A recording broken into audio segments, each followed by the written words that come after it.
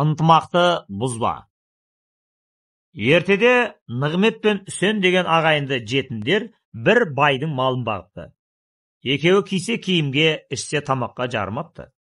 20 жыл жалшылықта жүреді. Бай олардың жайын ойламапты. Бір күні екеуі бөлек шығып, байдан ақысын сұрамақ болады. Сараңбай арық ат пен бұзаулы сиыр береді. Берген ақыға разы болмаса да, қанағат тұтудан басқа жолдары жоқ еді. Ат пен сиырды жетелеп, басы ауған жаққа жүре береді. Қас қарая бір өзеннің жағасына келіп демалады. Кешке сиырды сауып сүтін пісіріп отырғанда аттың дүбірі естіледі. «Ей, кім бар? Сөйлес, Құдай қонақпын» деп дауыстайды сырттағы адам. «Ей, кімсің?» дейді жігіттердің біреуі.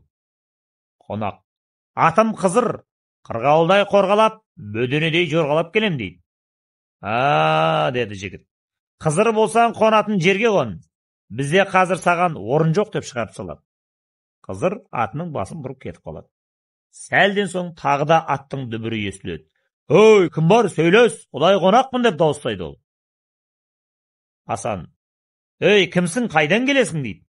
«Атым Бақ, қырдан ойдан келем» дейді. Бақ болсаң орныңды тап, саған орын жоқ» дейді жігіттер. Бақ та атының басын кері бұрып кетіп қалады. Үшінші дүбірлеген аттың даусы және естіледі. «Ой, кім бар? Сөйлес, Құдай қонақпын» дейді жолаушы. Бұлар: «Ей, кімсің, қайдан келесің?» деп тіл қатады. «Атым Дәулет» дейді қонақ. Ендеше дәулетті жерге бар, іздегенің біз емес» дейді бұлар. Дәулет те көзден ғайып болады. Сүт пісті деген кезде ат дүбірі тағы да естіледі. «Ой, кім бар? Құдай қонақпын» деп айқайлайды сырттан. «Ой, кімсің, қайдан келесің?» дейді бұлар. «Атым Ынтымақ» дейді. Сол кезде екеуі жүгіріп шығып, аттың шылбырына оратыла кетіп: «Ынтымақ болсаң қонақ бол, біздің іздегеніміз сенсің» дейді екеуі. Соятын атты көлденең тартып, «Аумин» деп бата сұрайды. Ынтымақ: «Әй, жан-баққан жалғыз атты маған сойғызсаңдар, қалай күнелтесіңдер?» дейді. Үйде ынтымақ болса жоқшылық кірмес, қайғы-мұң баспас. Мал тағы да бітер, бақ қайта қонар, батаңды бер» дейді жігіттер.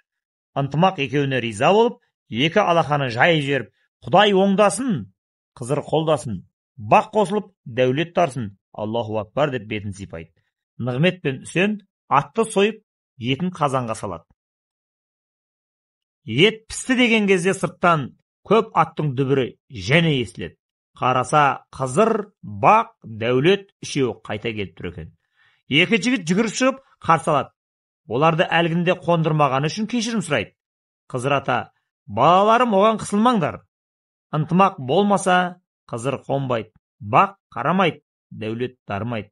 Біз ынтымақтың бастауымен келдік. Көсегелерін көгеріп, өркендерің өсін айналайын» дейді. Ертесіне 4 қонақ батасын беріп аттанады. Содан бастап Нығмет пен Үсеннің үйіне береке дариды. Бай болып, бақуатты жанға айналғанда да екі жігіт ынтымағын жоғалтпапты.